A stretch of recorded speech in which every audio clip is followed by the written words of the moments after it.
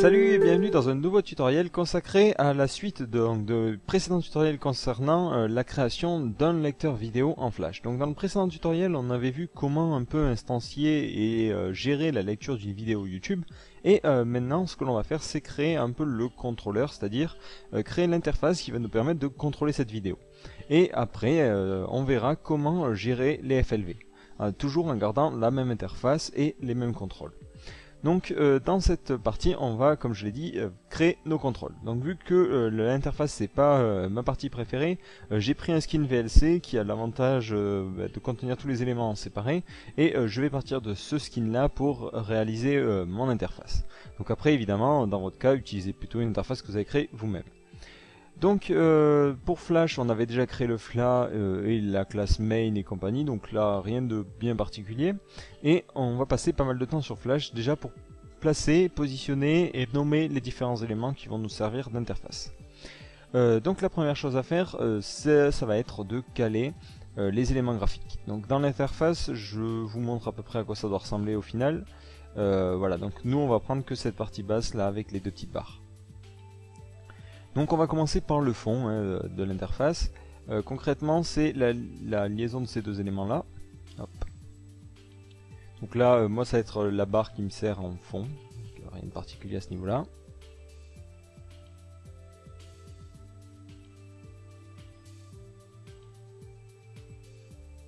Donc voilà, là j'ai mes deux éléments, hop, ils sont positionnés comme ceci, donc je les mets l'un à côté de l'autre, donc là j'ai le magnétisme qui m'aide.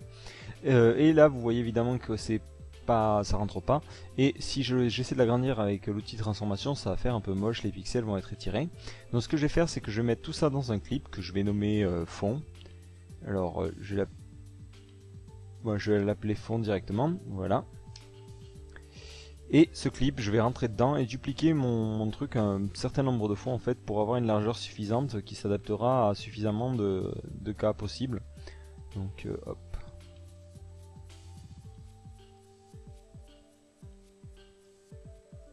Voilà. Donc là, bon, j'imagine que j'aurai pas un lecteur plus grand que ça, hein, déjà ça fait pas mal. Donc je vais rester comme ça. Donc ce clip, je vais le laisser comme ça pour l'instant, je vais même pas lui donner de nom d'occurrence, je vais laisser ça comme ça. Ensuite, ce que l'on veut, on veut commencer par avoir un bouton play et un bouton pause, hein, ça c'est un peu la base. Donc ici, j'ai de la chance, j'ai ces deux boutons là. Donc ici, je vais séparer, je vais mettre ça, je vais l'appeler fond. Hop, et là je vais créer play, et je vais créer un autre calque pause.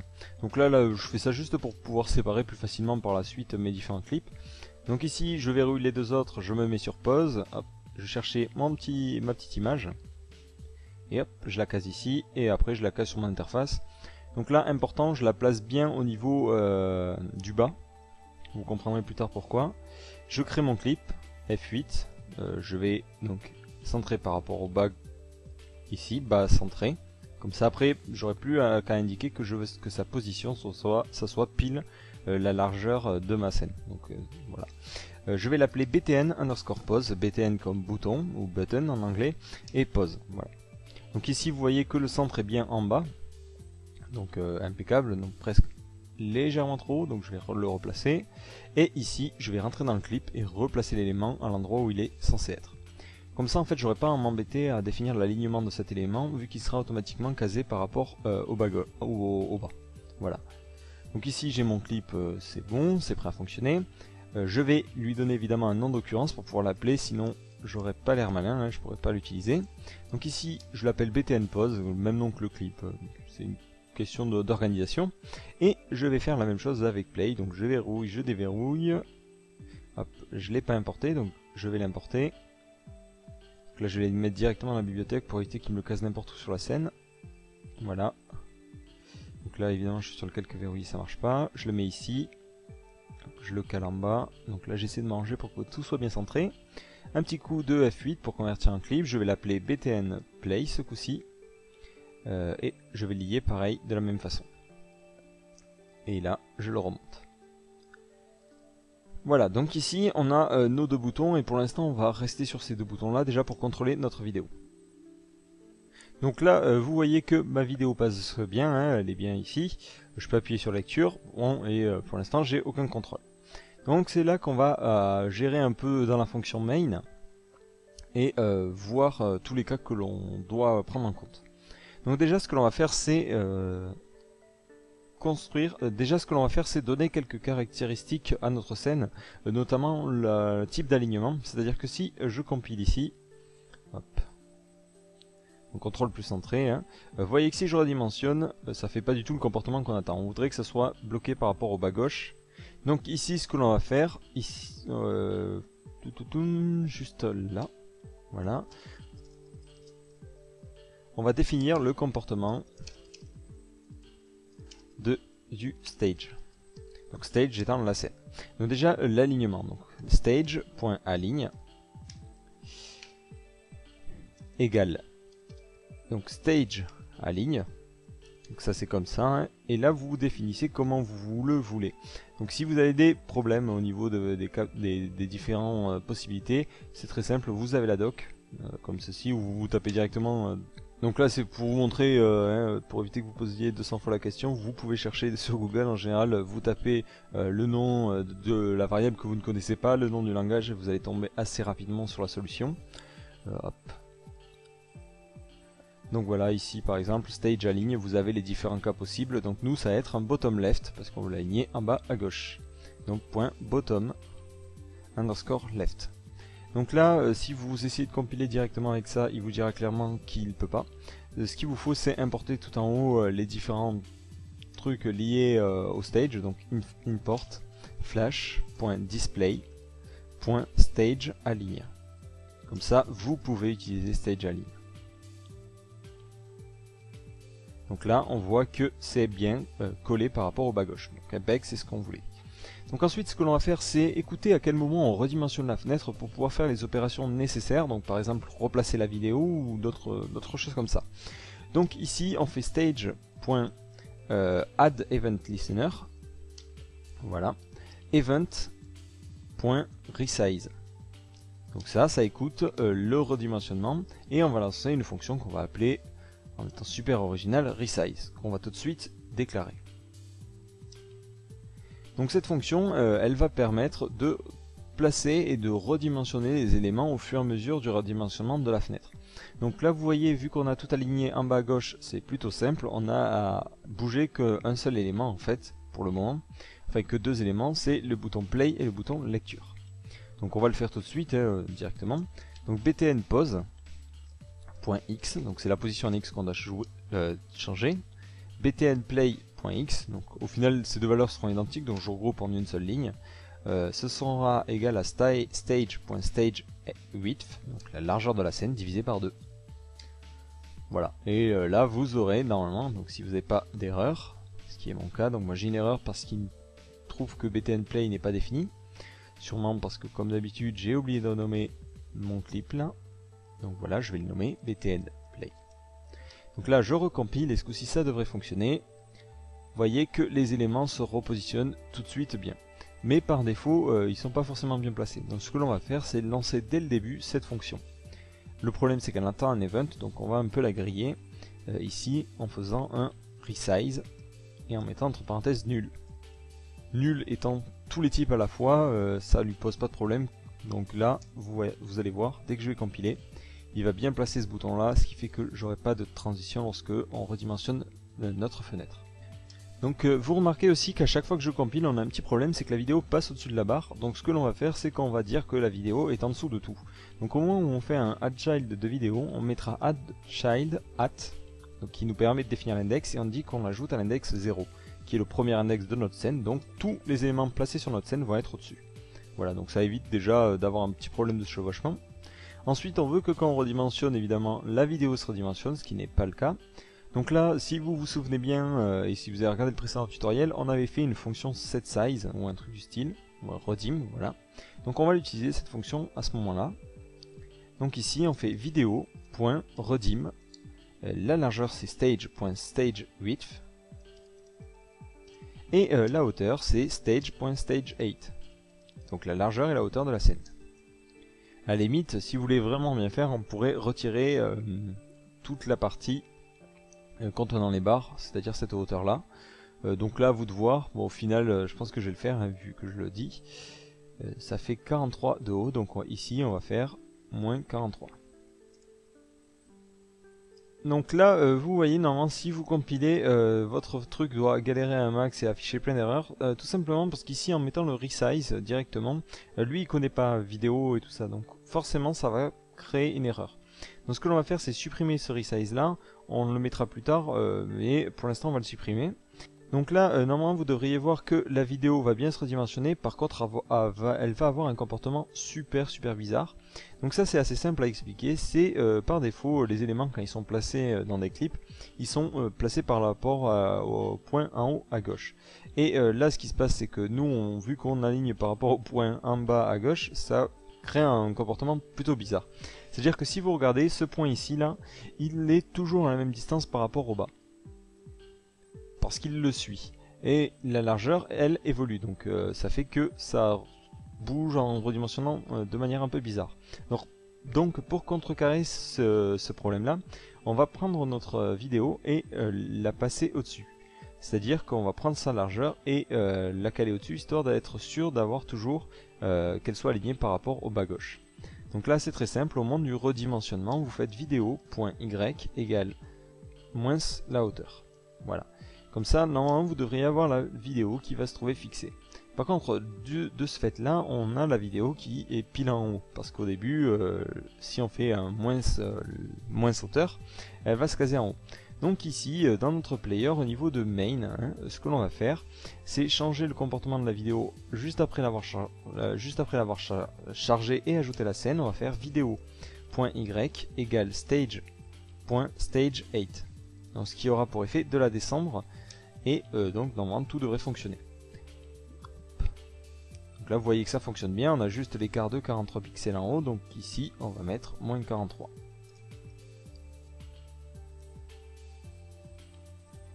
Voilà. Et là vous voyez que la vidéo est pile poil bien placée, et j'ai beau redimensionner dans tous les sens, c'est toujours bien placé.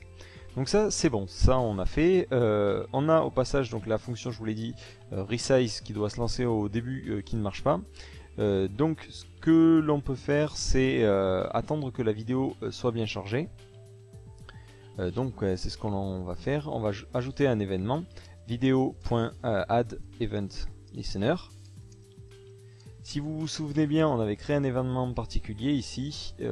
Voilà, new, c'était vidéo ready, je crois, ou un truc loaded vidéo. Donc ici, on attend que la vidéo soit bien chargée. Et si la vidéo est bien chargée, on va lancer une fonction particulière. Donc on va l'appeler qui prendra en paramètre l'événement. Et cette fonction là, qu'est-ce qu'elle va faire? Elle va lancer, elle, la fonction redim nul. Resize nul.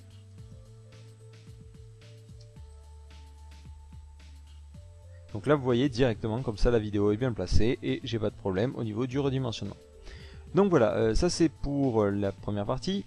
Maintenant ce que l'on va faire, c'est gérer le bouton lecture et le chargement par les paramètres de flash. Donc comme vous le savez, lorsque vous voulez mettre un paramètre, donc, là ça doit bien fonctionner ici. Si vous regardez au niveau des balises embed, donc flash, embed, voilà, ici vous pouvez avoir des paramètres. Donc là par exemple j'ai movie qui contient mon flash, mais je peux avoir aussi un paramètre qui indique l'IP de la vidéo ou l'URL ou des choses comme ça.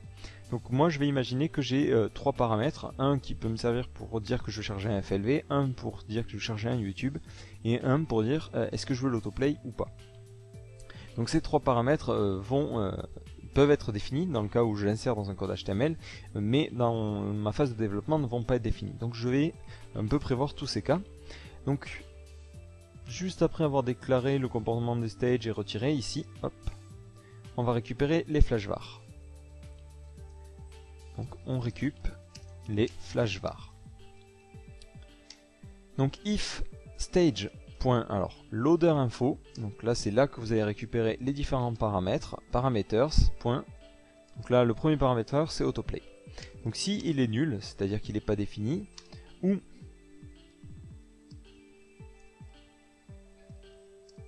qu'il est égal à 0, c'est-à-dire que donc on veut pas d'autoplay. Alors qu'est-ce qu'on va faire? On va directement cacher donc notre vidéo. Donc déjà on va forcer stage.loader à être égal à 0. Donc pourquoi je fais ça? Ça peut paraître un doublon mais pas du tout. Parce que si on a en nul, c'est-à-dire par exemple qu'on n'a même pas déclaré d'autoplay, on va automatiquement le mettre à 0. Histoire que plus tard dans la suite, et localement sur YouTube où on regarde si l'autoplay est à 1 ou à 0, ça nous permettra d'être plus rapide. On n'aura pas à faire le cas est-ce que ça peut être nul. Donc là ce que l'on fait c'est que si c'est nul, donc le bouton pause on le laisse visible, mais le bouton play, c'est que le bouton pause on le cache, en laissant seulement le bouton play qui va nous permettre de lancer la vidéo visible. Sinon dans l'autre cas, donc else, on va faire totalement l'inverse en fait. Donc stage, donc btn underscore pause, play plutôt, point visible égale true, égale false. Je suis désolé, hein, j'ai du mal, c'est un peu tard. Donc ici vous voyez que par défaut j'ai mon bouton qui est bien visible et pas l'autre. Si j'inverse évidemment j'aurai le bouton pause de visible mais pas l'inverse. Donc là c'est bon, on va faire la même chose pour du YouTube, donc savoir si on veut charger de la vidéo YouTube ou pas. Donc if stage. Alors je vais plutôt coller hein, tant qu'on y est. If stage.loader.info.parameters.youtube est différent de nul, c'est-à-dire qu'on a émis un paramètre YouTube, mais là on va pouvoir charger une vidéo. Else if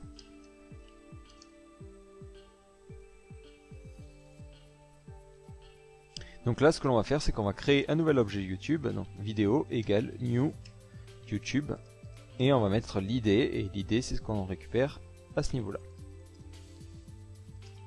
Voilà. Sinon else, si on n'a pas défini d'idée YouTube, c'est directement qu'on veut lancer ce comportement avec une vidéo que j'ai choisie au hasard qui va me permettre de faire mes tests. Entre ces éléments là on va pouvoir intercaler d'autres conditions, par exemple si on veut charger un FLV, si on veut charger d'autres choses. Donc voilà, pour l'instant je laisse comme ça, on verra plus tard comment ajouter différents formats, et je peux essayer donc, de recompiler. Donc là vous voyez que j'ai une erreur, donc encore une fois je me suis planté à un endroit, j'ai oublié un petit R, donc c'est pas super grave. Vous essayez de recompiler, donc là encore une fois il me dit que je me suis planté, encore un petit R. Vous faites essayez de faire plus gaffe que moi, essayez d'être plus réveillé au moment où vous faites les scripts. Donc là ça fonctionne bien. Bon, par défaut il recharge la même vidéo donc vous n'allez pas voir de différence, mais si dans la partie HTML vous mettez un paramètre, il sera pris en compte. Donc là ça se verra plus tard hein.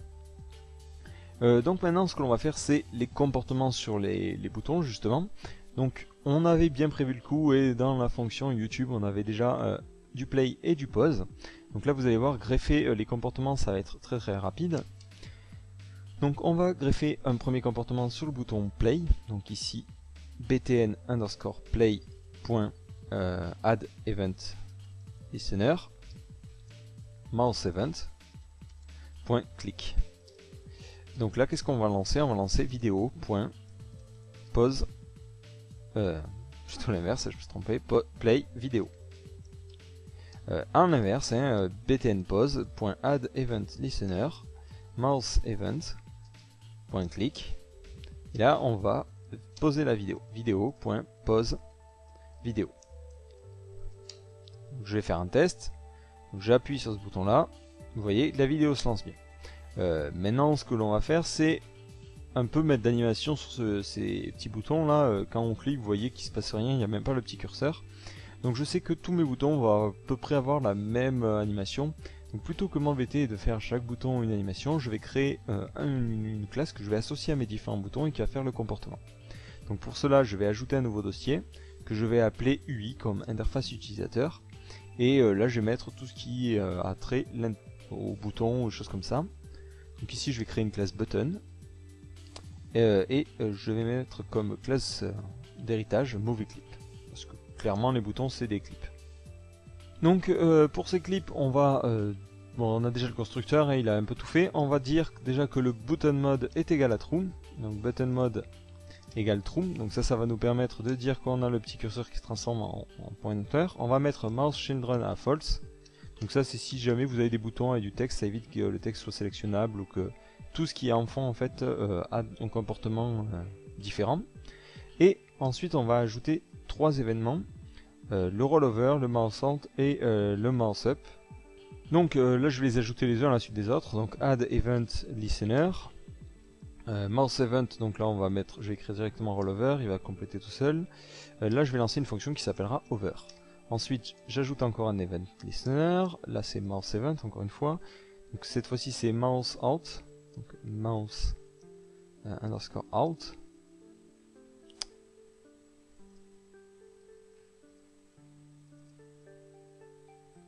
Donc là c'est quand clairement on quitte le survol, donc ici ça va être out. Et mouse up c'est quand on laisse la souris dessus, donc là je fais une distinction mais bon c'est peut-être même pas nécessaire. Mouse event.mouse underscore up. Et là on va l'appeler aussi out. Et un bouton quand on fait mouse up c'est quand on lâche en fait le clic. Donc si la personne clique et lâche il faut que ça enlève l'animation. Et voilà, donc je vais créer ces deux fonctions, donc control maj 1, generate, control maj 1. Donc pour ces fonctions là je vais utiliser la librairie GreenSock que vous avez déjà, vous devez connaître si vous utilisez pas mal Flash. Donc vous la téléchargez, vous regardez mon tutoriel sur la gestion des classes, donc moi je l'ai mis dans un dossier séparé pour pouvoir l'importer rapidement. Et je peux directement l'utiliser. Donc évidemment pour l'utiliser il faut que je l'importe, donc ça vu qu'il les connaît pas, Flash Develop, je vais les importer à la main. Donc j'importe com.greensock.étoile. Donc là vous voyez clairement j'ai pas à les mettre ici, hein, parce qu'elles sont déjà dans une classe sur mon ordinateur. Donc import com.greensock.easing. Donc c'est là on va avoir besoin pour réaliser l'animation un peu comme on le souhaite. Donc comme je vous l'ai dit, moi c'est dans un dossier, donc je vais quand même vous le montrer. Hop. Donc ici vous avez toutes mes classes Flash, vous avez com que vous retrouvez et vous avez GreenSock dedans. Et dans Flash, je suis allé dans les propriétés, donc modifier préférences. Ici dans les paramètres pour l'ActionScript 3, j'ai choisi mon dossier de classe. Et comme ça automatiquement il relie et j'ai pas à me soucier d'avoir toujours mes classes dans les mêmes dossiers de travail. Surtout que la classe GreenSock j'utilise assez souvent. On va faire plutôt comme animation, on va réduire l'opacité, donc par défaut on va mettre une opacité légère, donc alpha égale 0.5. Voilà, et ensuite on va animer cette opacité, donc twinlight.to, donc l'élément courant, ça dure 0,5 secondes, voilà, et ici on choisit l'animation, donc on va mettre alpha à 1, donc là je passe dessus. La limite c'est vrai que j'ai voulu importer easing pour être sûr mais ça sert à rien, donc c'était easing pas rising, je me suis trompé, désolé. Voilà, donc celui-là je le supprime et donc là je fais 200 fautes à la... Donc suivez pas, hein, suivez plutôt ce que je dis plutôt que ce que j'écris des fois parce que c'est vrai que j'ai tendance à échapper pas mal de touches et donc à faire des erreurs. Donc ici 0.5, donc je vais compiler, tester. Voilà. Donc évidemment j'ai oublié complètement de donner le comportement à mes boutons. Donc ici dans les propriétés, hein, vous faites clic droit, propriétés, donc vous mettez avancer si vous n'avez pas avancé d'afficher, exporter pour ActionScript, et là sur le chemin de classe vous mettez button. Donc moi vu qu'il est dans un dossier particulier c'est com.ui.button. Voilà. Ok, donc là il vous fait une petite alerte, si vous en faites deux c'est que c'est pas bon signe. Voilà, propriété, exporter pour ActionScript, et c'est parti. Donc là, ce qui peut arriver, et c'est ce qui vient d'arriver, c'est que quand j'essaie de compiler, il bug, parce qu'en fait le clip s'appelle btnpose et le nom de classe s'appelle btnpose, ici. Donc ce que vous faites, c'est que vous mettez le nom de classe d'une façon différente. Donc ici, par exemple, au lieu de mettre des underscores, vous mettez plutôt des majuscules. Voilà. Et normalement, tout devrait beaucoup mieux se passer. Hein. Play.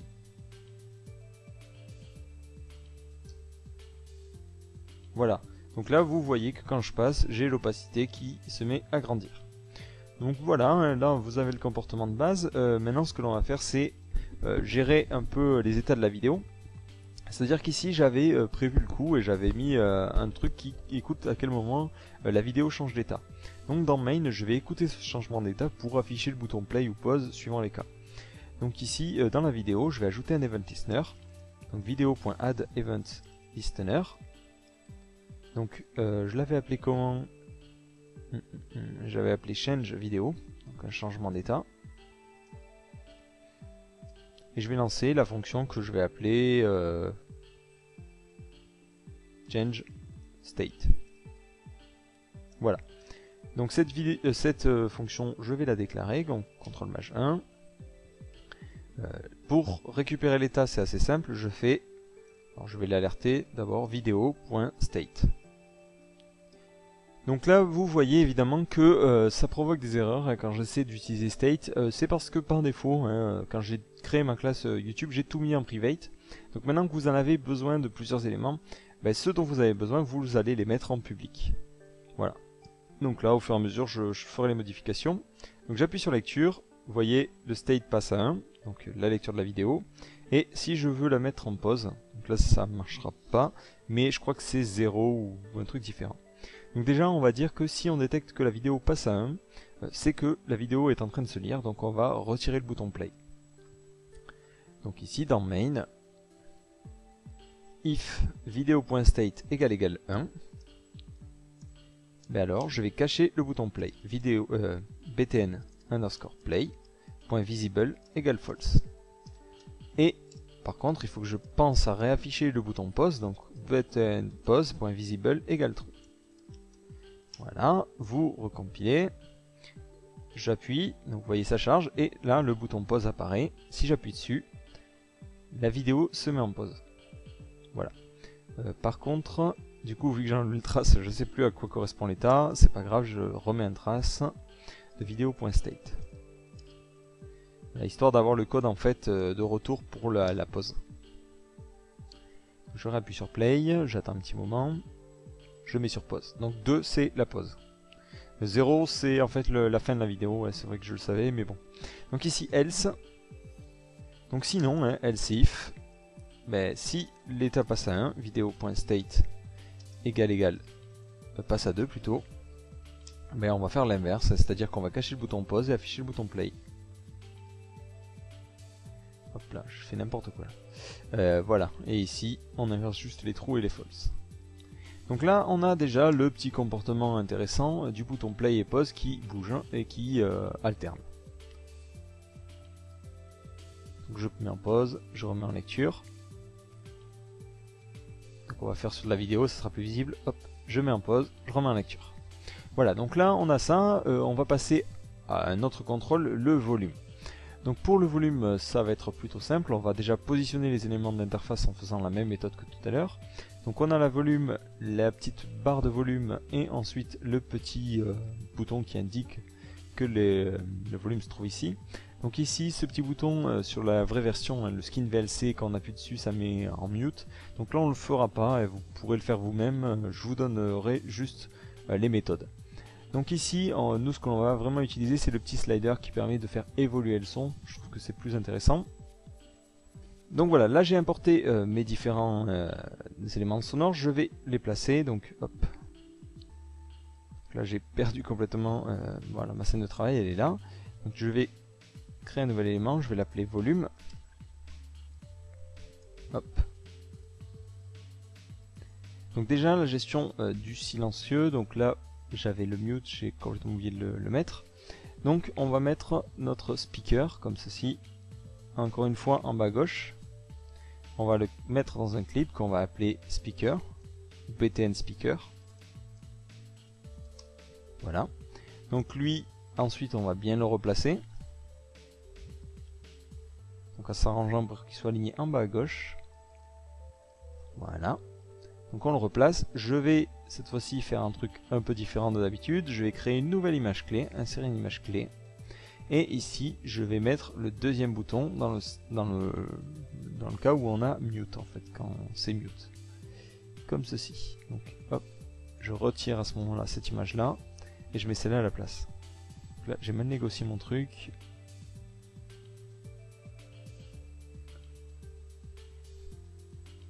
Donc là, ce que je vais faire, je vais le mettre à l'arrière-plan et en sélectionnant, voilà. Comme ça, j'ai pas de transition entre les deux. Bon, ça c'est vraiment du détail. Donc si par défaut vous compressez, vous voyez ça clignote un peu comme un truc de malade. Donc ce que l'on fait, C'est très simple, sur le premier on va mettre une instruction stop. Donc là on va... vraiment dans l'esprit d'être très propre, ce que l'on va faire c'est essayer de ne pas mettre de code là, donc on va pas le mettre directement ici. On va revenir en arrière, donner un petit nom à ce truc, donc c'est btn speaker, le bouton speaker. Ici dans le main, c'est là qu'on va concentrer notre code. Ici on définit les comportements des différents boutons, donc bouton play, pause, voilà. Ensuite le bouton du speaker, et comme ça on va mettre les différents boutons les uns après les autres avec leur comportement, on est sûr de ne pas se tromper. Donc btn underscore speaker point stop. Donc là on lui dit arrête ton animation directement, donc il s'arrêtera à la première image. Ensuite ce bouton speaker, ce qu'on va faire c'est qu'on va aussi lui donner le comportement button que j'ai donné au bouton play et pause, hein, vu qu'on veut que tout ait à peu près le même comportement. Donc ici dans les propriétés, hop là c'est plutôt sur le btn, hein. Dans les propriétés, la même chose, exporter pour ActionScript, et ici, hop, vous mettez com.ui.button, et vous pensez à renommer la classe, histoire de ne pas avoir de problème. Voilà. Donc là, c'est prêt à fonctionner, vous voyez le petit bouton qui fonctionne bien. Hop.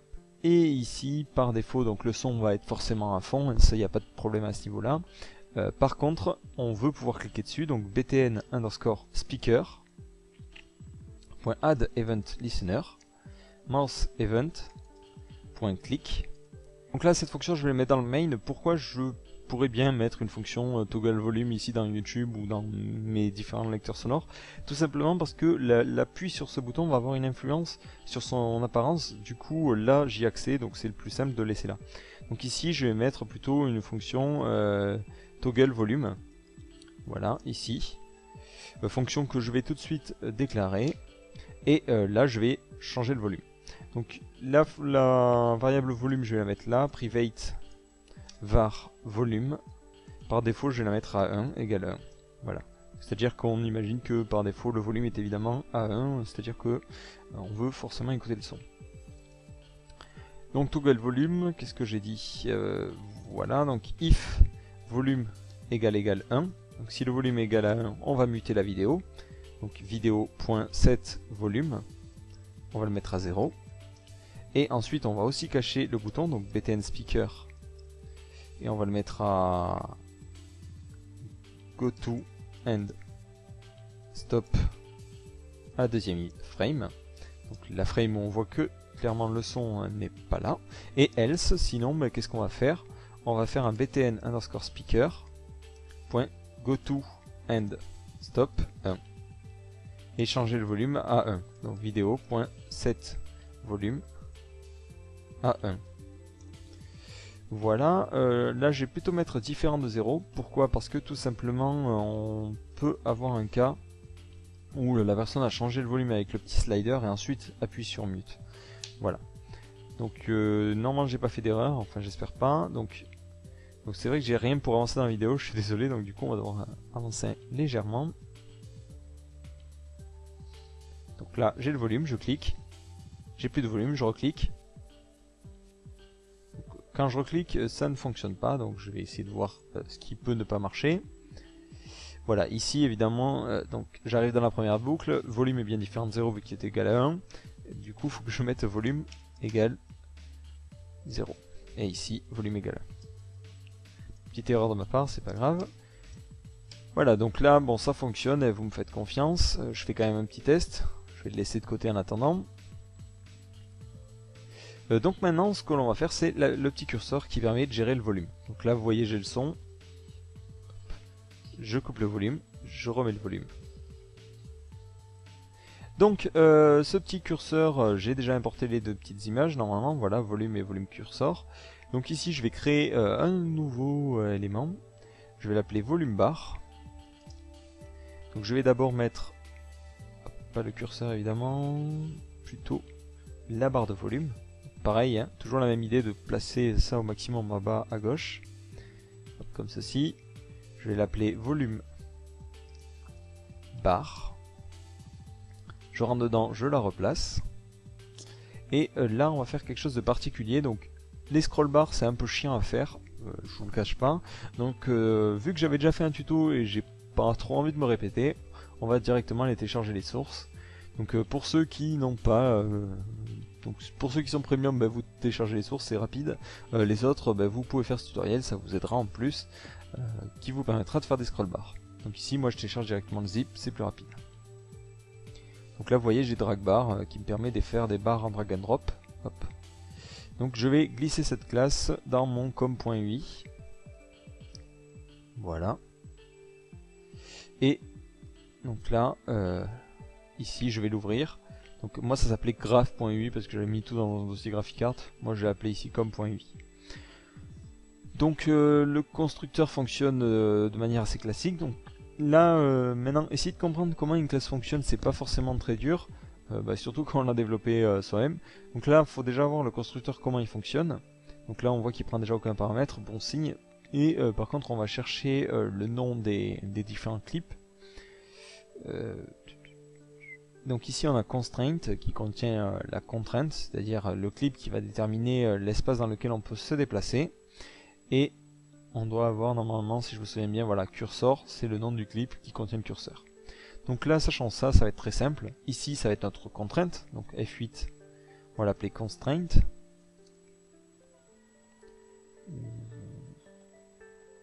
Voilà. Tout simplement, on va aussi lui donner le même nom, du coup, constraint ici.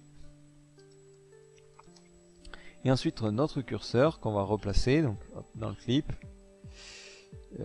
Volume knob, c'est ça. Hop, on le place bien. Donc par défaut, évidemment, il sera tout à fait là, donc à 1, F8, et ça, on va l'appeler cursor. Donc pour éviter de me mélanger plus tard avec d'autres éléments, je vais créer un dossier, je vais l'appeler volume bar. Forcément, c'est déjà employé, donc volume underscore bar.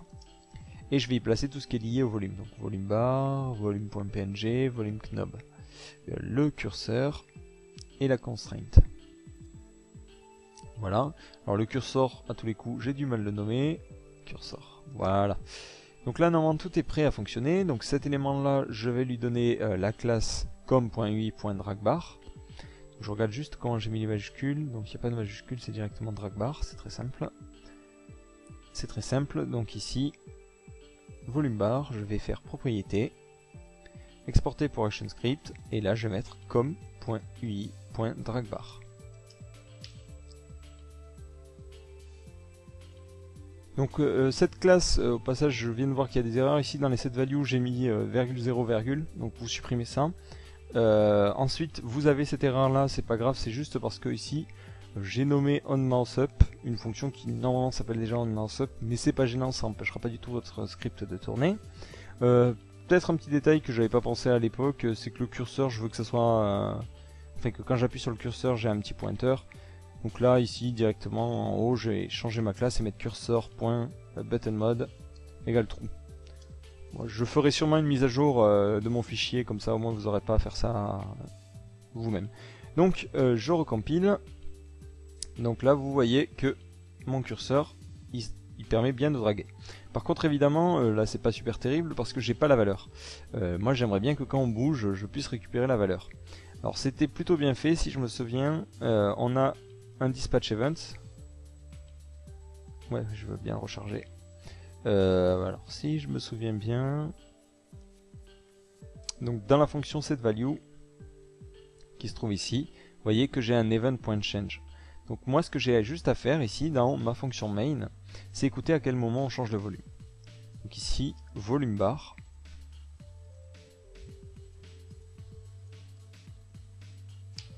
Donc ici c'est B. Alors évidemment je me souviens même plus comment je l'ai nommé. Et si je l'ai nommé, non je l'avais même pas fait. Volume, alors bar underscore volume.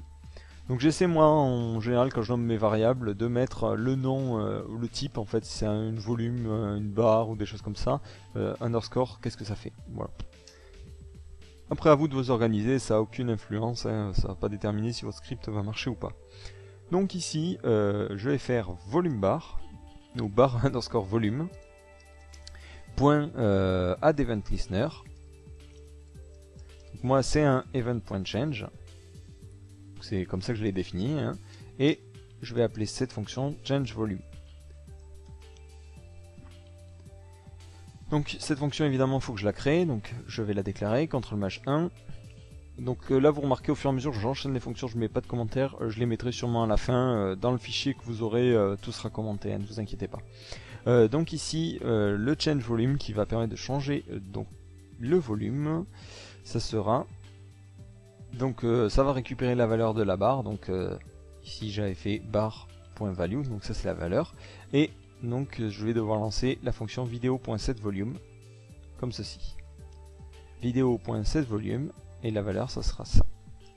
Voilà, donc là je recompile, donc, je lance ma vidéo, tranquille, donc vous voyez le bouton play, pause, tout fonctionne bien, et je vais attendre un petit moment.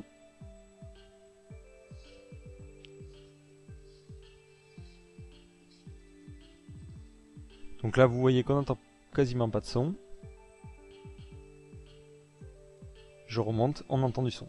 Donc si vous voulez être sûr, très simple, là, ici, juste au moment du change, vous mettrez un trace bt bar volume point value. Hop. Comme ça me donne la valeur en fait du volume que je veux changer. Donc, hop. Et vous voyez que si je clique, j'entends le son qui diminue et qui augmente. Et le trace me permet d'avoir un retour. Et je vois les valeurs ici qui défilent, donc ils me disent à peu près que le volume change bien. Donc je vais enlever le trace, j'en ai plus besoin. Donc là on a la gestion du volume qui est finie. Alors par contre la barre, je vais un peu tout déplacer. C'est-à-dire que le bouton lecture et le bouton pause, on va plutôt les mettre en dessous. Donc hop, histoire de mettre tout le long la barre de défilement, donc qui va nous permettre d'écouter le chargement de la vidéo et aussi la durée. Et ensuite aussi de pouvoir se balader dans la vidéo. Voilà. Donc là vous voyez que l'avantage de placer les éléments, c'est que si jamais j'ai besoin de les redéplacer plus tard, bah, c'est très simple, là, vu que tout est passé par rapport au bas, j'ai pas de problème. Donc maintenant on va passer à la dernière partie, sûrement la moins évidente, la gestion du curseur, donc l'avancée du chargement et la possibilité pour l'utilisateur de cliquer à l'endroit où il veut lire la vidéo. Donc ce que je vais faire, je vais importer mes éléments, donc je vais prévoir déjà un dossier, hop, que je vais appeler progress underscore bar, comme barre de progression, et ici je vais importer dans mon interface, hop, comme ceci, les différents éléments. Donc j'en ai qu'un, c'est l'avantage, c'est la barre de progression ici. Donc cette barre de progression qui s'est cachée, qui est ici, voilà. Ah, je l'ai foutu dans volume. Voilà, ici. Donc je vais la placer directement, donc comme d'habitude je la place en bas. Je crée mon clip par rapport au bas à gauche. Je vais l'appeler bar underscore progress. Ouais, voilà. Ici je rentre dans le clip, je la replace bien. Et je la replace avec un léger décalage pour qu'elle soit un peu centrée.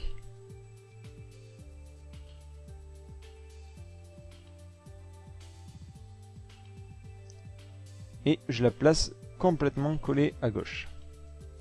Donc cette barre, je vais lui donner un nom, et pour l'instant je vais absolument rien mettre à l'intérieur. Donc le nom ça va être bar underscore progress. Voilà, pour faire très original comme d'habitude. Je vais la laisser comme ça, je vais aller dans mon animation, donc je vais essayer de compiler pour tester déjà. Donc j'ai pas de problème évidemment. Je vais redimensionner cette barre au fur et à mesure qu'on redimensionne la fenêtre. Donc encore une fois, je vais utiliser la fonction resize. Donc qu'est-ce qu'elle va faire? Elle va prendre la barre de progression, donc bar underscore progress, point width, donc la largeur, ça sera stage.stageWidth. Voilà. Donc là, rien de particulier. Sauf que moi, évidemment, vu que je suis un peu perfectionniste, je veux pas que ça prenne toute la largeur. Je veux juste que c'est un léger décalage, par exemple de 15 pixels, valeur arbitraire. Donc ici, ça fait 15 pixels à gauche, 15 pixels à droite, donc ça va faire moins 30. Et donc un léger décalage sur la gauche. Donc je peux faire de deux manières, ou comme en mettant bar progress.x égale 30, ou tout simplement, je vais pas me casser la tête, je vais prendre mon clip là, et lui dire, tu me le bouges de 30 pixels par rapport à la gauche, hop, donc de 15 pixels plutôt, désolé. Et là, vous allez voir, normalement, si tout fonctionne bien, voilà, la barre de progression a toujours 15 pixels sur la gauche et la droite. Donc au niveau de notre système qui va nous permettre d'afficher. Donc ce que l'on va faire, c'est rentrer dans cet élément et donner quelques noms. Donc au passage, je l'ai foutu dans pause, ce qui n'est pas du tout ma volonté. Donc ce que je vais faire, je vais créer un nouveau calque que je vais appeler progress. Voilà, et je vais replacer mon élément. Comme ceci. En m'assurant bien de remettre 15. Hein. Voilà. Donc je rentre dedans et cette barre là, je vais l'appeler progress. Celle-là, ça sera la barre de chargement au niveau des bytes, donc ça nous dira le nombre de données qui est streamé. Donc par défaut, hein, on devrait avoir la barre vide et au fur et à mesure elle évolue.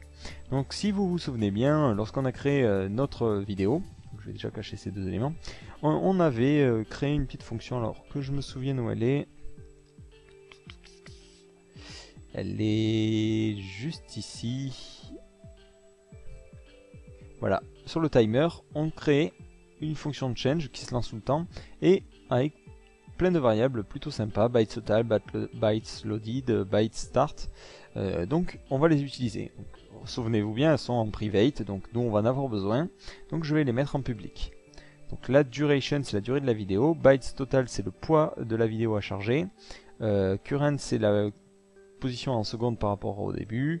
Bytes loaded, c'est par rapport au chargement. Et byte start, donc c'est ce qu'on avait vu, c'est un peu compliqué, c'est qu'on a un streaming en décalage, donc bon, pour l'instant on va laisser ça comme ça. Donc ici, on va écouter ce chargement de la vidéo, donc progress bar. Donc la vidéo, c'est video.addEventListener teneur event.change, donc quand est-ce que la vidéo change de vidéo, quand est-ce que la vidéo évolue, et là on va lancer la fonction timer. Bon, j'ai choisi de l'appeler comme ça, alors on va plutôt l'appeler progress. Voilà, c'est la fonction qui écoute la progression. Et je vais la déclarer encore une fois juste en dessous. Donc celle-là, c'est un peu la fonction magique qui va faire pas mal de trucs liés à l'écoute de la progression. Donc la première chose donc là, ce que l'on veut faire, c'est déjà faire évoluer cette petite barre. Donc vous allez voir, c'est plutôt simple, vu qu'on a assez bien prévu le truc. On va déjà tracer ça et tracer bytes total. Donc hop, trace.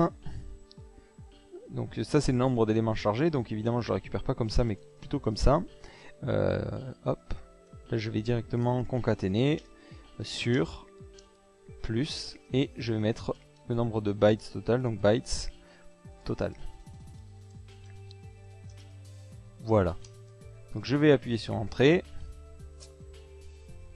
Donc là, vous voyez, j'ai rien chargé. J'appuie sur lecture.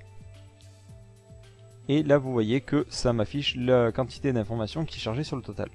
Au passage, hop. Bon, on a une erreur de violation de sandbox, mais au passage on voit qu'on n'a eu aucune valeur bizarre. Donc ça c'est important, des fois ça peut arriver que vous ayez des nuls ou des choses comme ça. Mais par défaut ça renvoie directement 0 et 0. Donc c'est plutôt pratique, ça va être plutôt sympa. Donc déjà, clairement si... Donc l'idée c'est de faire un ratio en divisant ça. Je vous montre. Donc, je vais l'appeler ratio loading. Donc là j'en ai besoin qu'ici, donc j'ai déclaré la variable. Ça sera ça sur ça. Donc attention, là je vous vois déjà hurler devant votre écran, enfin certains doivent hurler. Clairement au début ça vaut 0, donc vous faites une division par 0, la flash il va vraiment pas être content. Donc ce que l'on va faire, c'est que cette variable on va bien la déclarer. Ici on va la mettre à 0. Et cette opération là, on va ne l'accepter que si bytes total est différent de 0. Donc if video.bytes total est différent de 0. Voilà. Et hop. Et dans ce cas-là, on n'aura plus qu'à modifier cette variable et la mettre comme ceci. Histoire d'être sûr de sûr, ici dans vos classes qui gèrent les formats vidéo, ce que vous pouvez faire, c'est mettre directement toutes ces valeurs à 0. Comme ça, en fait, ça permettra d'avoir une valeur au moins par défaut et que si jamais cette fonction se retrouve lancée alors qu'aucune vidéo n'est chargée ou des cas particuliers comme ça, on n'aura aucun problème vu qu'on a déjà prévu le coup à ce niveau là. Donc là on va plutôt faire un ratio loading. Et donc c'est ce ratio qui va me permettre de faire évoluer ma barre de manière plutôt simple.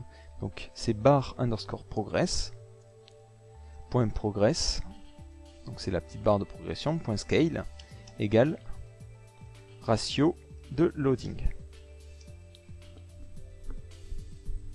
Donc ici,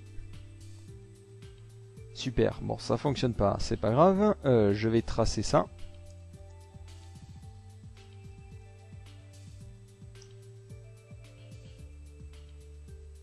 C'est toujours 0.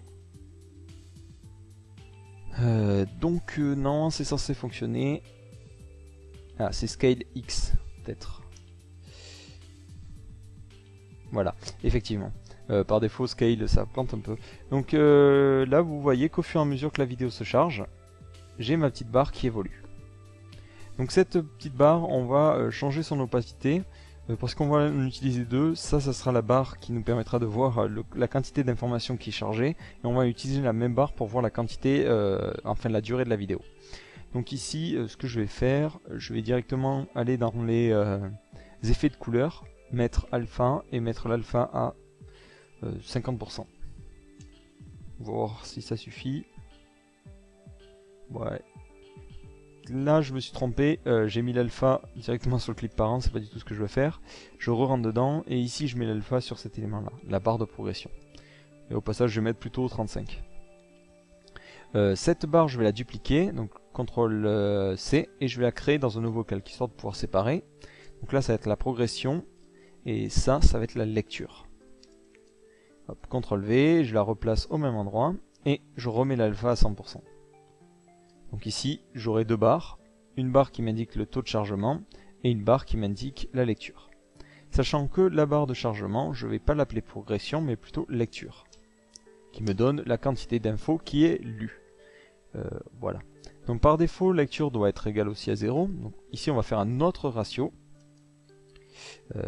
qu'on va appeler ratio lecture égale 0. Pareil, if video.duration, donc qui est la durée totale de la vidéo, est différent de 0, alors je peux me lancer dans une fraction sans avoir peur d'une division par 0. Ça va être ratio lecture égale video.current, donc c'est la position en secondes dans la vidéo, divisé par video.lecture, video.duration. Et de la même manière, je vais faire évoluer la barre. Hop. Et ici, ça va être hop, la lecture. Et pareil, ça va être ratio lecture.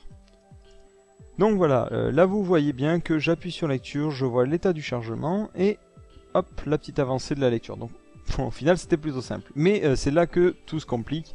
On veut pouvoir avancer dans la vidéo. Donc là, je vais vous montrer deux cas. Le premier qui est le plus simple, c'est-à-dire qu'on veut bloquer un peu l'utilisateur et ne pas lui permettre d'aller au-delà du chargement de la vidéo. Je m'explique, sur YouTube, lorsque vous allez sur une certaine vidéo, typiquement, hop, alors je vais recommencer, j'ai pris cette vidéo au hasard, hein, rassurez-vous, je peux directement aller à un endroit qui n'est pas encore chargé et YouTube il se dit, bon bah ok, pas de problème, je commence à charger de là. Nous on va faire d'abord le cas simple où on ne permet pas cette fonctionnalité. Donc par défaut, ce que j'avais fait, si vous vous souvenez au moment où j'ai créé YouTube là, j'avais mis un seek2 avec un false. False, ça veut dire est-ce qu'on permet à l'utilisateur d'aller à une durée plus loin que celle qui est déjà chargée. Donc là par défaut on peut pas, donc ça c'est plutôt sympa. Bien que si on force en cliquant comme un gros bourrin, on arrive à forcer cette valeur là, hein. Bon c'est pas grave. Ici, ce que je vais faire, c'est que je vais permettre à la progression, à la barre de progression, donc c'est cette barre là, d'être cliquable. Donc barre progress, point button mode. D'abord je vais permettre, enfin je vais dire que c'est un bouton. Ensuite cette barre de progression, je vais faire en sorte que on ait un event listener dessus.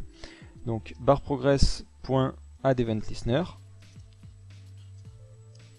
Donc je vais ajouter un event listener qui sera mouse event point click. Donc on va permettre de cliquer dessus et on va aller appeler une fonction que je vais appeler totalement aléatoirement. Je vais l'appeler goToTime parce que je suis pas plus inspiré que ça. Donc cette fonction je vais la déclarer et dedans, c'est là qu'on va faire toutes les opérations marrantes. Donc au passage, j'ai besoin d'accéder à tout plein de variables qui sont bytes, total, toutes les variables que j'avais déclarées permettant d'écouter la durée. Donc ces variables, je les ai mises en public, hein, sans vous le montrer. Mais c'est bon, ça vous devez le faire, hein, sinon vous n'y aurez pas accès. Donc là, dans cette fonction goToTime, je vais avoir besoin de lui dire, là quand je clique ici, il faut que tu avances pile à cet endroit-là. Là, vous allez voir, c'est plutôt simple. Pour calculer cette position-là, ce que l'on va faire, c'est connaître la position de la souris. La position de la souris est facile à calculer, c'est mouse X. Cette position, on doit lui retirer 15, parce que notre barre, elle commence à 15. Donc 15 moins ça. Hop. Donc là, je vais créer ça dans une variable que j'appelle ratio. Donc 15 moins X, ça nous donne la position de la souris. Et ça, je vais juste vous montrer que là, il y a un petit bug qui apparaît. C'est que je veux connaître, par exemple, la largeur de la barre de progression. Donc ici, je vais mettre un trace de la barre de progression. Alors super, je me suis planté. Je veux connaître sa largeur. Hein. Hop, donc 0.8. Donc là, j'essaie d'appuyer.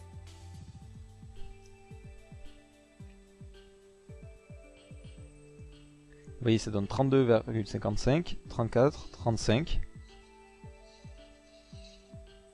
Et si maintenant je fais un trace de cette valeur-là, vous allez voir ce qui va se passer. Elles vont pas du tout correspondre. Je fais un test, hop, j'attends, je charge un petit peu de vidéo. Je clique là.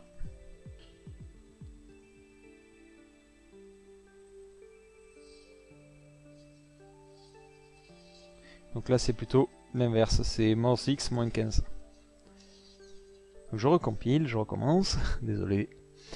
Donc là je clique, et vous voyez que j'avais cliqué pourtant tout au bout, et j'ai un décalage. C'est-à-dire que la largeur est calculée de manière un peu bizarre, donc vu qu'on redéfinit la largeur du parent, ça fait un peu n'importe quoi. Donc là on est un peu bloqué pour calculer cet élément-là. Donc tout simplement ce que l'on va faire,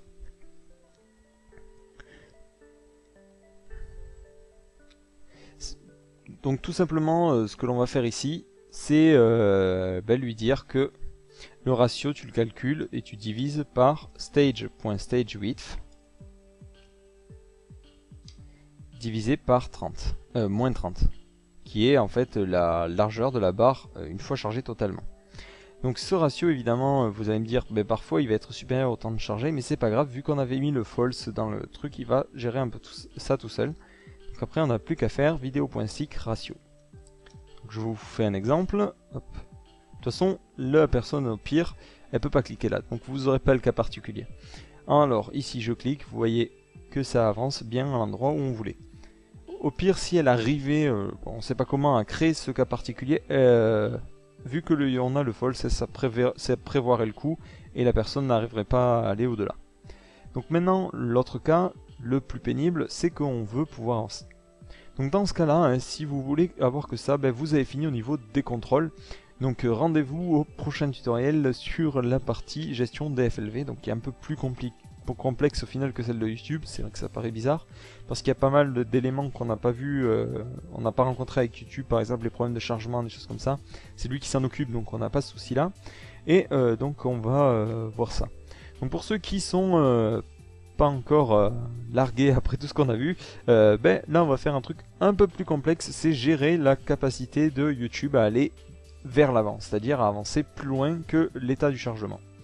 Donc déjà, je vais désenclencher ce qu'on avait mis ici, le false, je vais le mettre à true, donc autoriser YouTube à avancer plus loin. Et ici, je vais créer une nouvelle barre, hop, que je vais appeler total. Hop, alors, je vais créer un nouveau calque aussi. Je vais l'appeler, donc j'ai dit total, qui sera en fait la barre d'origine, mais avec une opacité super faible. Voilà, hop, je place cet élément comme il faut. Je lui donne une largeur plus importante. Voilà, et je replace. Donc ce clip là, je vais vraiment le rendre quasi invisible avec un alpha à 1%. Voilà. Donc ce clip je le place bien au-dessus des autres, c'est important hein, pour qu'il soit cliquable. Donc ici je remonte. Cette fois-ci c'est pas la barre de progression que je rends en button mode, mais c'est la barre totale.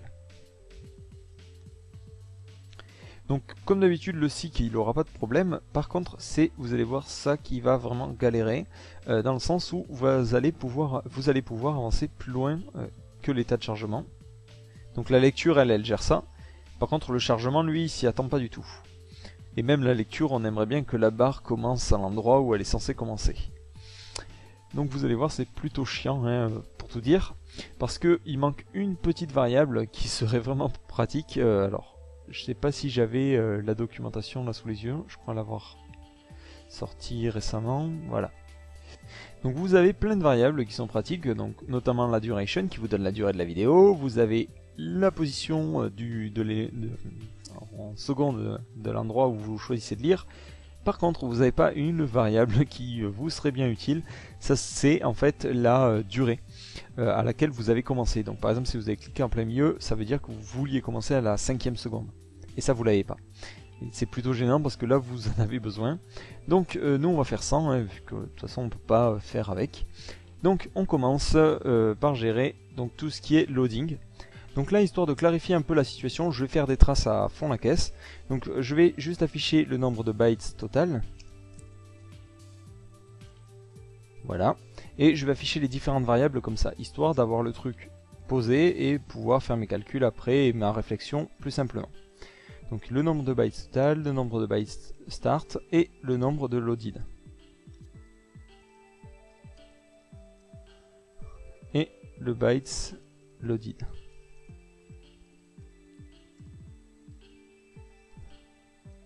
Voilà.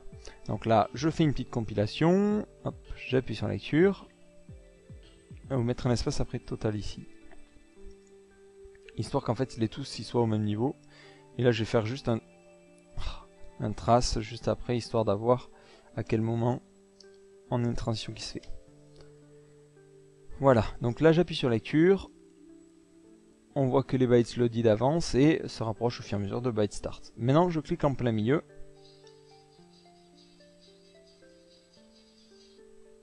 Et vous voyez qu'il y a un écart qui se fait, c'est-à-dire que les bytes total, ça représente plus le nombre total de bytes à charger dans toute la vidéo, mais le nombre de bytes total à charger par rapport au temps qui reste. Alors là, forcément, vous vous dites, ça me fausse mon calcul. Pas forcément, ce calcul est bon, par contre, vous allez devoir décaler la vidéo. Donc là, vous voyez que je suis complètement bloqué parce que j'ai aucun moyen de récupérer la durée par défaut de la vidéo. J'ai là quasiment aucune issue, mais je vais me servir d'un truc. Tout simplement, c'est de ne pas essayer d'utiliser à fond la vidéo, vu que je peux plus, mais plutôt d'utiliser ça. Lorsqu'on va cliquer pour changer et avancer dans la vidéo, je vais regarder le ratio. Donc ici, je vais créer une variable temporaire que je vais appeler tout là-haut. Private, hein, parce que je n'aurai pas besoin en dehors. Et je vais l'appeler click progress. Donc ça va m'indiquer la position, le ratio de progression. Voilà. Ça va me servir pour pas mal de trucs. Donc ici, je vais calculer le ratio de progression. Donc c'est très simple. Ici, je fais ratio. Hop, avant d'avancer dans la vidéo, je fais ratio progress égale ratio. Donc ça va me permettre d'avancer beaucoup plus simplement du coup, dans le sens où pour calculer l'avancement, j'ai besoin de décaler la barre du coup. Donc ratio point, alors, ma barre c'est plutôt barre progress.progress.x égale le ratio progress. Donc par exemple, j'ai choisi de cliquer pour aller à 70% de la vidéo, multiplié par stage.stage width moins 30. Donc là, normalement ça devrait fonctionner, mais vous allez voir que ça ne va pas fonctionner du tout. Parce que quand on avance, la position en X fait n'importe quoi. Pourquoi? Parce qu'on a donné une largeur précise aux parents, et du coup l'enfant, le X, il sait plus trop par rapport à quoi ça réfère. Donc nous, vu qu'on sait qu'on va tout baser maintenant sur total, on va plutôt donner une largeur à total. Donc barre progress.total.width égale stage.stagewidth moins 30. Voilà. Et ici, on va tout référencer par rapport à total. Donc ici, ça ne sera plus par rapport à stagewidth moins 30, mais plutôt par rapport à total. Donc stage.stagewidth. Je dis un truc et je fais l'inverse. Ce sera plutôt par rapport à bar underscore progress point progress, point total plutôt, point width. Voilà. Normalement ça doit fonctionner.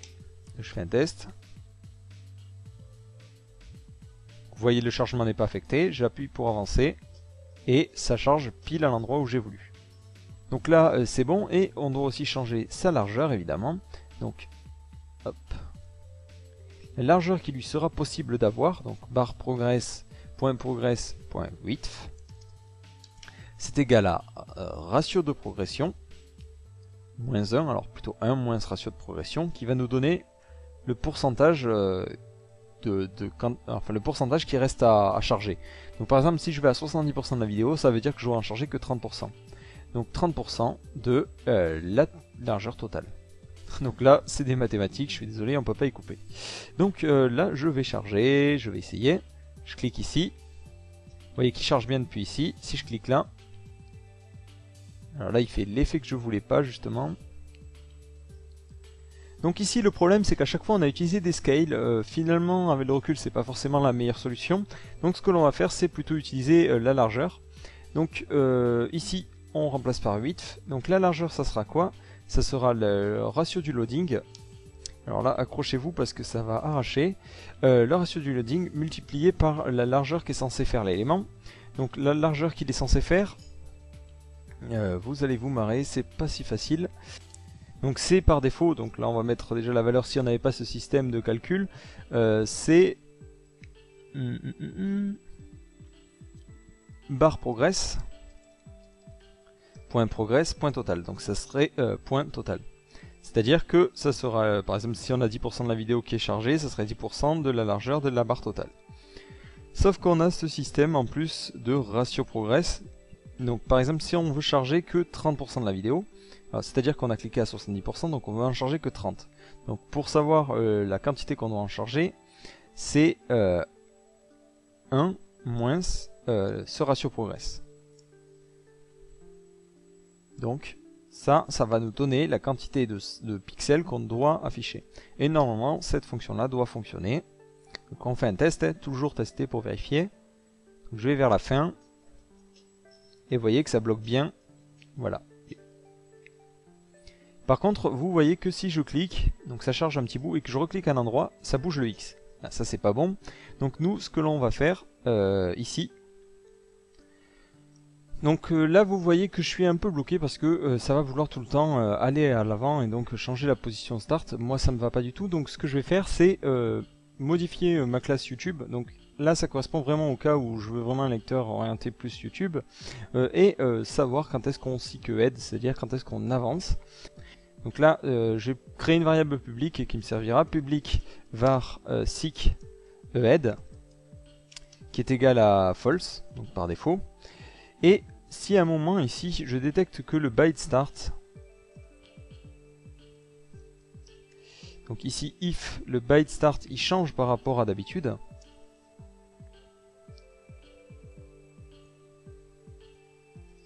comme ceci, ben là qu'est-ce que je vais faire? Je vais mettre seek head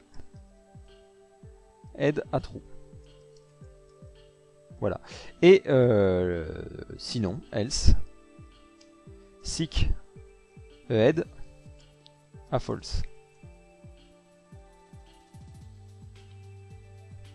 Voilà, donc là au moins, alors, j'ai fait un peu n'importe quoi, donc c'est égal true et égal false. Donc comme ça me permettra de savoir à un moment si je dois réinitialiser ou pas. Donc ici, hop, je vais faire un trace seek head vidéo.seek head. Donc hop, je compile, j'attends, donc j'appuie sur lecture, par défaut c'est toujours false, j'appuie pour avancer, et à un moment ça va valoir true. Vu qu'à chaque fois ça va me renvoyer cet event là, je vais pouvoir capturer à quel moment c'est faux. Donc à quel moment c'est vrai. Donc if à un moment je trouve que vidéo.seek head égale true,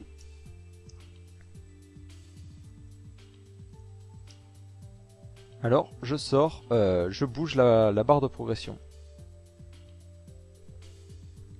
Voilà, et du coup pour calculer la largeur, c'est tout simple, c'est ratio loading, donc on a besoin de multiplier par la largeur qui reste à faire.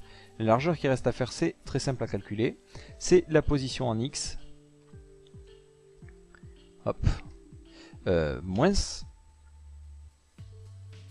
c'est la largeur de la barre totale, moins la position en X de la barre de progression en cours. Donc par exemple, si la barre se trouve à 150 pixels, ça veut dire qu'il reste... Voilà, bon... Donc là, normalement, ça devrait fonctionner. Donc je fais un test. Alors ici, égal, égal.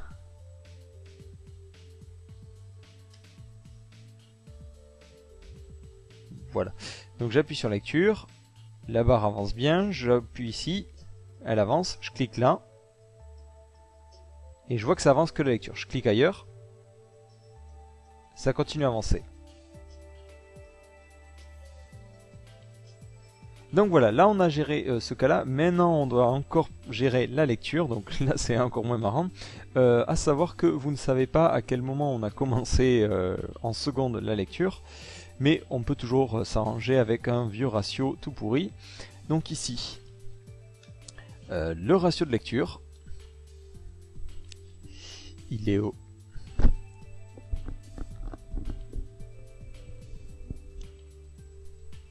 Donc ici, au passage, je vais aussi modifier la position de la barre de lecture.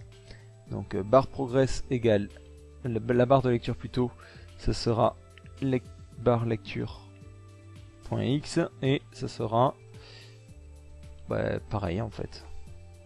Voilà. Donc là on est bon. Par contre, on a besoin de calculer donc la largeur que doit prendre la lecture, qu'on a besoin de connaître le pourcentage donc qui reste à parcourir. Donc là on va faire un calcul qui est plutôt simple. Si j'avance, ici j'ai besoin de connaître combien de temps il reste à parcourir. Donc c'est très simple. Hop. Pour connaître ce temps là, il suffit que je récupère la position en X donc de ma barre de progression et que je la divise par rapport à toute la largeur. Donc ici, c'est un peu le calcul qu'on a fait là, hein, globalement. Donc, hop. Je vais récupérer une partie. Donc, on va créer une variable quand même, ratio du saut. Donc, ça va nous dire, par exemple, ratio restant. Ça nous dit combien de pourcents on doit encore charger. Donc, là, c'est très simple. On fait la largeur totale. Donc, barre progress. Donc là, j'espère que vous êtes accrochés parce que c'est plutôt compliqué. Barre progress point total point width moins la largeur de moins la position de la barre de chargement progress point x. Hop, le tout divisé par la barre de progression, la largeur de la barre de progression. Donc ça nous donne le ratio qui reste à parcourir. Donc ce ratio restant va nous permettre donc de finaliser avec cette partie de lecture. Donc déjà ce que je vais faire un math.apps de ça. Et moi je veux plutôt l'inverse en fait, c'est la partie qui a déjà été sautée en fait, hop, comme ceci. Donc là par exemple si je suis vers la fin, ça me dit que j'ai sauté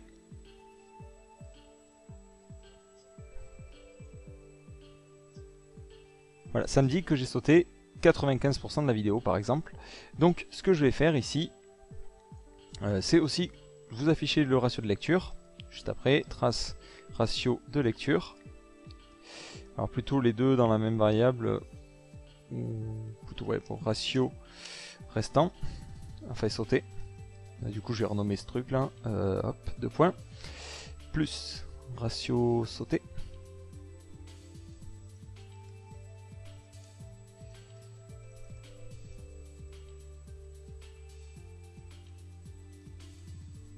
Et après afficher le ratio lu, le ratio de lecture qui est cette valeur là.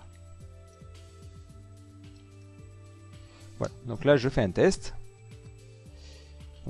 J'appuie sur lecture, je vais à peu près ici et je ferme tout de suite. Donc on voit que les deux valeurs sont quasi identiques, c'est à dire que on a sauté autant qu'on a lu. Donc en fait, au final, pour calculer la nouvelle largeur, hein, c'est très simple, on doit faire bar underscore progress point de lecture point width égale, en fait le ratio ça sera la différence des deux. Donc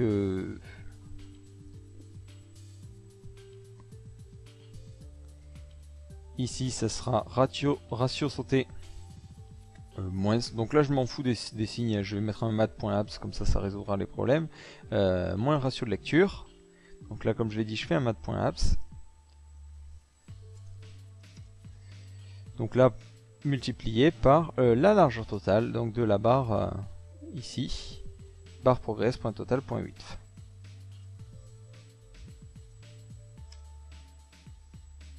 Hop, donc là, comme ceci. En essayant de ne pas se tromper sur le nom de variable comme je viens de faire, où c'est ici un bar, pas un bat. J'appuie sur lecture, donc là, pas de souci particulier, je peux avancer. Hein. Si j'appuie là, on voit que la vidéo charge bien à partir de l'endroit où j'ai indiqué. Donc voilà, je pense qu'on a fait le tour de la partie player. Donc là, on a vu un peu comment gérer les différents contrôles. Donc dans un prochain tutoriel, nous allons voir comment gérer les FLV. Donc là, ce que l'on va faire, c'est modifier la classe youtube.as pour créer une nouvelle classe qu'on va appeler par exemple flv.as qui nous permettra de gérer la lecture des FLV. Donc par contre, ce player étant assez complexe, il y a pas mal d'éléments à gérer, vous avez vu le son, le redimensionnement, les choses comme ça. Il est possible que pendant la vidéo j'ai fait quelques erreurs, donc ne vous inquiétez pas, c'est pas grave. Si jamais il y a des trucs importants à noter, je vous les mettrai en commentaire et je mettrai à jour au fur et à mesure les sources de ce tutoriel. Donc voilà, rendez-vous au prochain tutoriel.